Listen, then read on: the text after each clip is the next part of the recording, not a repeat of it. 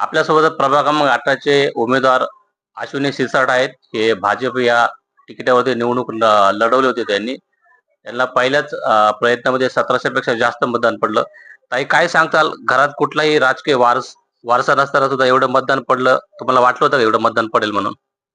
हो, मला वाटलं होतं, की एवढे मतदान पडतील कारण की माझ्या घरच्यांचा पाठिंबा होता. राहुल शिरसाट, धम्मपाल खताळे, सिद्धार्थ खताळे, माझे मिस्टर महेंद्र शिरसाट, आमची म्हणजे मित्र परिवार आणि फॅमिली मोठी आहे. तर त्यामुळे मला विश्वास होता, की मी एवढे मतदान घेऊ शकेन. मला राजकारणामध्ये यायचं कारण काय होतं का अचानकपणे आलात तुम्ही?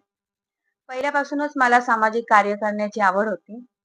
त्यानुसार जे शासकीय योजना असतात, ते मी माझ्या प्रभागामध्ये आणण्याचा प्रयत्न केला.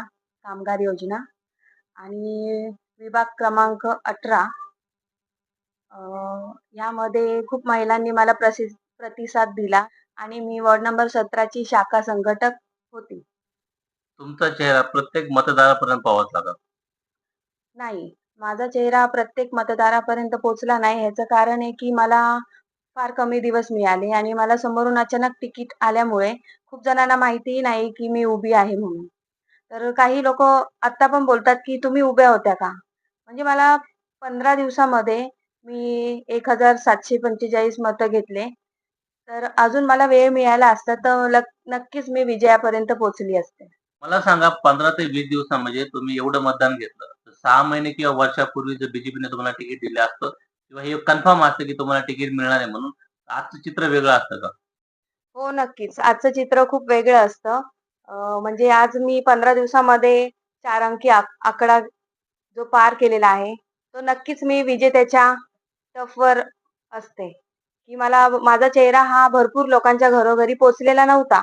पण मला 6 महिने, 1 वर्ष अगोदरच समजलं असतं, तर माझा चेहरा घरोघरी हा पोहोचला असता आणि मतदान सुद्धा वाढलं. मतदान सुद्धा माझं खूप वाढलं असतं.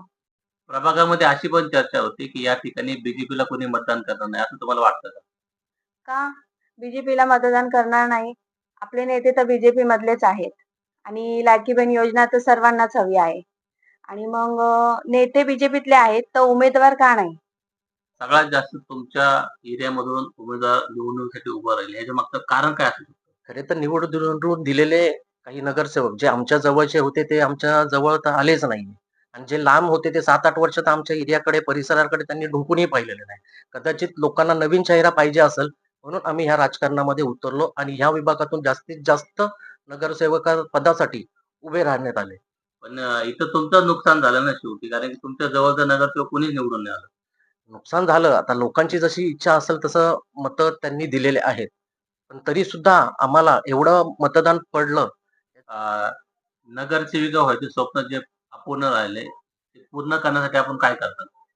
जे काम अधुरे राहिले आहेत, ते पूर्ण करायचा मी 5 वर्षामध्ये खूप ताकदीने प्रयत्न करणार आहे. प्रभागातील मतदारांना काय सांगाल तुम्ही? सर्वप्रथम मी माझ्या शिरसाट व खडताळे फॅमिलीकडून सर्व मतदार बंधू भगिनींचे मनापासून आभार करतो. जेणेकरून मी एवढ्या 4 अंकी आकड्यापर्यंत मी पोहोचू शकलो. ही माझ्यासाठी पायरीवरची सर्वात मोठी गोष्ट असणार आहे. या 4ही नगरसेवक जे निवडून आलेले आहेत, सुभाष टेकडी सारख्या चांगल्या परिसरामध्ये त्यांनी चांगले कामं करून दाखवावे.